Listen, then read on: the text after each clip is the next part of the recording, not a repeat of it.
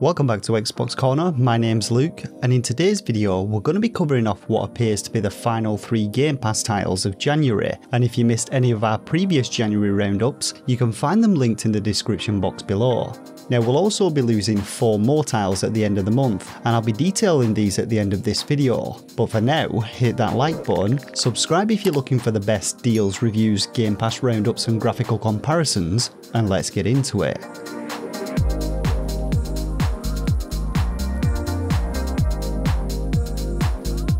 So first up this week we have one for all you visual novel fans out there with Danganronpa Trigger Happy Havoc Anniversary Edition, and this was actually the very first entry in the series, originally released in 2010 on the Sony PSP, but this 10-year anniversary edition sees some improvements to the gameplay systems as well as a new gallery feature. Now if you've never actually heard of this series, they're essentially graphic novels which include elements of other genres such as adventure, rhythm games, third-person shooters, and even dating sims, and the storylines all have a pretty dark edge to them, with this particular entry seeing 15 students trapped within an academy by a psychotic robot bear and forced to play a sadistic game of battle royale where students must murder each other and not get caught for a chance to escape the establishment. Playing the role of one of the students called Makato, the player must investigate each murder, discover evidence, and uncover contradictions which can then be used in trials to identify the murderer, and trial elements come in 4 different formats, adding some decent variety to gameplay.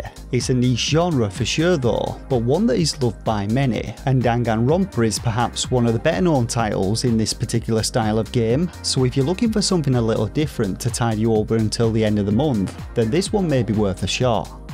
Next up we have a game which is undoubtedly the star of this week's lineup, and for some, perhaps the star of the month or even year. I'm talking of course about Death's Door, and this one is an action-adventure game which taps into those classic Legend of Zelda dungeon delving vibes and sees you playing as a crow tasked with reaping the souls of colossal monsters and escorting them into the afterlife. Combining fast-paced melee and ranged action with some minor puzzle-solving elements, Death's Door has you exploring beautifully designed dungeons, battling your way through gauntlets of enemies, and gathering the souls to upgrade your character, with levels culminating in a one-on-one battle to the death between yourself and the powerful bosses whose souls you must collect. As you play through the game then, you'll also obtain a decent selection of new weapons and abilities, which not only provide you with additional options in combat, bringing plenty of variety to it, but also open up new areas of the levels tier containing new items and locations for you to discover. Now since its release in mid-2021, the game has received a lot of good press, with plenty of praise directed towards both its fantastic visual and audio design, as well as its simple but engaging gameplay and its intriguing plotline which delves into topics such as life, death and the afterlife. What's especially impressive about this one though is the fact that the entire game was developed by a 2-man team, that being Acid Nerve's Mark Foster and Dave Fenn, who also created the fantastic Titan Souls, and I myself have been meaning to play this one for a while, so we'll definitely be diving into it this upcoming week.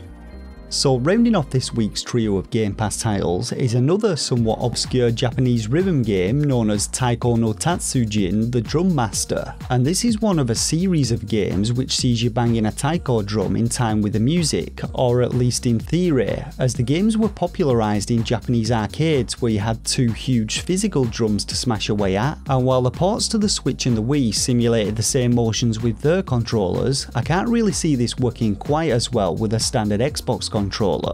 Now I do want to say that the footage that I'm showing for this game is not actually taken from Drum Master, as this was originally released on PlayStation 2 and I was actually unable to find any footage of this new and improved version of the game. Regardless of this though, the game's concept and its mechanics remain the same across the series, with red and blue markers indicating which of the 2 drums players must hit as they tap away in time to the music. Now according to the game's developer and publisher Bandai Namco, this version of the game will contain over 70 songs, which may or may not include some Xbox exclusives, and you'll get to play either solo or with friends in both local and online multiplayer matches. There's no word yet on whether an actual physical drum controller will be releasing for the Xbox, but I have actually played one of these games before back on the PS Vita, and I'd say if you're a fan of rhythm games, then this one is still well worth a play.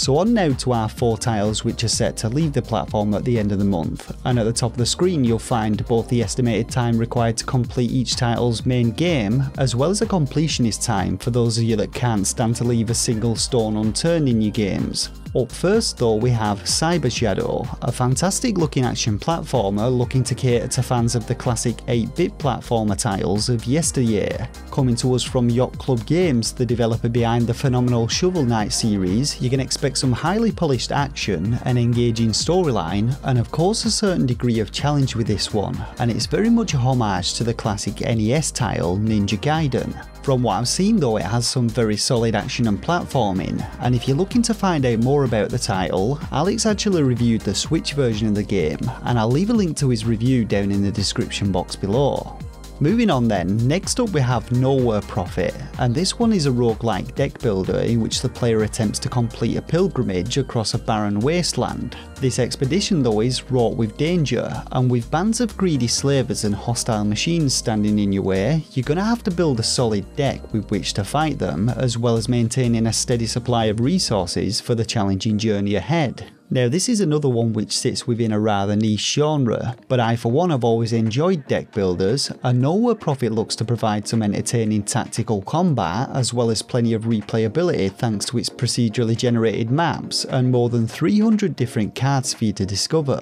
With this though comes somewhat of an extended playtime depending on how skilled you are and how lucky you get on your runs, so if you're planning on going for a full house with the achievements on this one, you best get started as soon as possible.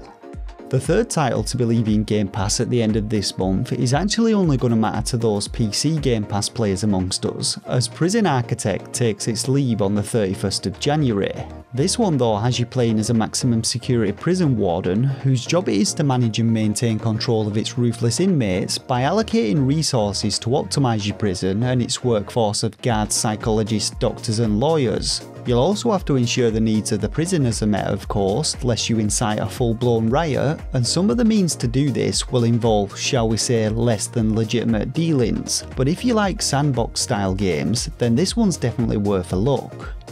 So our final departure this month then is another one which taps into the classic retro shooter genre with Xeno Crisis, a cooperative arena shooter in which players control a pair of battle-hardened marines on a mission to take down a dangerous alien threat and return home alive. Now this one I have to warn you is as hard as nails, and I played it a while back for our list of top Game Pass co-op titles, but there's still plenty of fun to be had with it if you're looking for a challenge. Gameplay in this one is fast-paced and brutal, with it requiring some quick reactions and accurate shooting to master, but if you're a fan of those classic arena shooter titles such as Smash TV or even Robotron 2084, then you'll no doubt have a blast with this one, though I highly recommend bringing a friend along for the ride. And so that about does it for what may very well be the last Game Pass roundup of the month. So will you be hunting some souls this week, banging or rather tapping some taiko drums, or perhaps partaking in a bit of retro action before our Game Pass leavers disappear? Let us know down in the comments section below. Now me and Alex will be back next week, possibly with something a little different to surprise you with, but for now hit that like button, subscribe for more Xbox deals, reviews, Game Pass roundups and graphical comparisons, and I'll see you all in the next video. Thanks everyone, take care.